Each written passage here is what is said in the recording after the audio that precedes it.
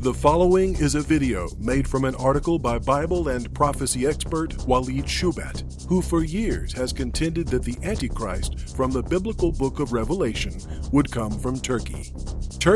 And while the U.S. makes nuclear deals with Iran, Turkish President Erdogan is attempting to make deals with both Iran to expand his alliance and Israel for a false peace deal. Turkey is honed in on Israel, luring her into a peace deal, now more than ever. To eliminate my special prophetic effects, I just posted the article as is. This way, no one can say this is simply my projections. This is a time to see how the Bible speaks of these times more than ever. And while the world slumbers, this is the time to stay wide awake, keeping oil in your lamps, lest you be caught asleep when the Bridegroom suddenly comes. Today's Zaman titled their article as AK Party May Get Closer to Israel After Iran's Nuclear Deal. Here it is. The ruling Justice and Development Party, otherwise known as the AK Party, has started to send a number of positive messages to Israel after Iran's tentative nuclear deal with major world powers on April 2, 2015, which will likely upend the Middle East's fragile balance of power while eliminating a major security concern in the region. In a recent interview with Israeli television, Deputy Prime Minister Bülent Arınç said it would be a positive thing for Israel to pick Turkey as a partner if it wants to start afresh with Turkey. He also said teaming up with Turkey would be good for Israel's security. Following Arınç's remarks, Turkey's Tel Aviv charge d'affaires Doğan İşık said Turkey and Israel are like two brotherly states and cannot be separated, despite the state of sour political relations between the two countries in a meeting this weekend. More regarding this proposed Turkey-Israel alliance. İşık recalled that there are 8 daily flights from Tel Aviv to Istanbul, and that all flights between Israel and the U.S., as well as from China to the U.S., feature a stopover in Istanbul.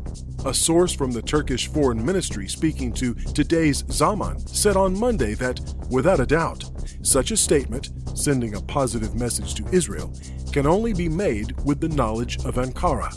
It was also learned by today's Zaman that Deputy Foreign Ministry Nasi Koru has recently extended a message to the Israeli officials through diplomatic channels that Turkey wants to start afresh with Israel.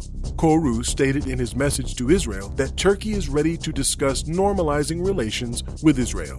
The same source from the Foreign Ministry pointed out that clearly Turkey is sending positive messages to Israel. Diplomatic ties between Turkey and Israel took a downturn in May of 2010 after Israeli commandos killed 8 Turkish citizens and an American of Turkish origin in international waters on the Mavi Marmara ship.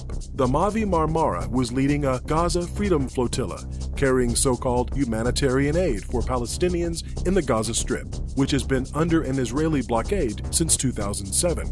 The Israeli ambassador was expelled from Ankara in September of 2011 after Israel refused to apologize for the killings. Israel formally apologized in 2013 for what it called operational mistakes that might have led to the deaths of the victims. Turkey and Israel have been negotiating a compensation deal, but an agreement has not yet come forth. After Israel's Gaza offensive in the summer of 2014, comments about Israel by President Recep Tayyip Erdogan have caused the rift between the two countries to deepen. Erdogan said last July that Israel had agreed to lift its blockade of Gaza as part of normalization talks between Israel and Turkey, but that Israel's attack on Gaza reveals that it does not want normalization, and so Turkey would delay the continuation of talks. Turkey is also worried about Iran's increase in influence in the region. The recent tentative nuclear agreement, which concluded after 8 days of marathon talks in Switzerland, clears the way for talks on a future settlement and should allay Western fears that Iran is seeking to build a nuclear bomb. In return, economic sanctions would be lifted on Iran.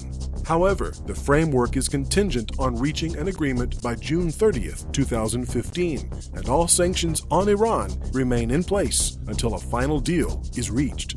More information is available at www.shoebat.com.